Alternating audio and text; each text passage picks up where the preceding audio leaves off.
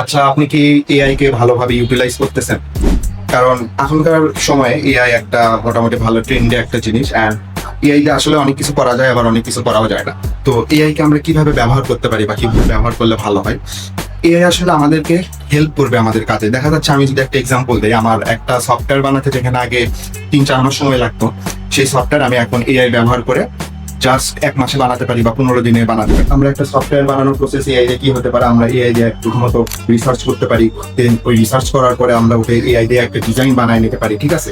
দেন আমরা ওই ডিজাইন হয়তো ক্লায়েন্টকে দেখাইলাম, দেখানোর পরে ক্লায়েন্ট যদি আমাদের কাজকে অ্যাপ্রুভ করে, দেন আমরা ওটার ফ্রন্ট-এন্ড ডেভেলপমেন্ট করলাম, অ্যান্ড তারপরে আবার ক্লায়েন্টকে দেখাইলাম, এবং সব যদি ঠিকঠাক থাকে তাহলে আমরা দেখা যাচ্ছে ব্যাক-এন্ড ডেভেলপমেন্টের দিকে চলে গেলাম।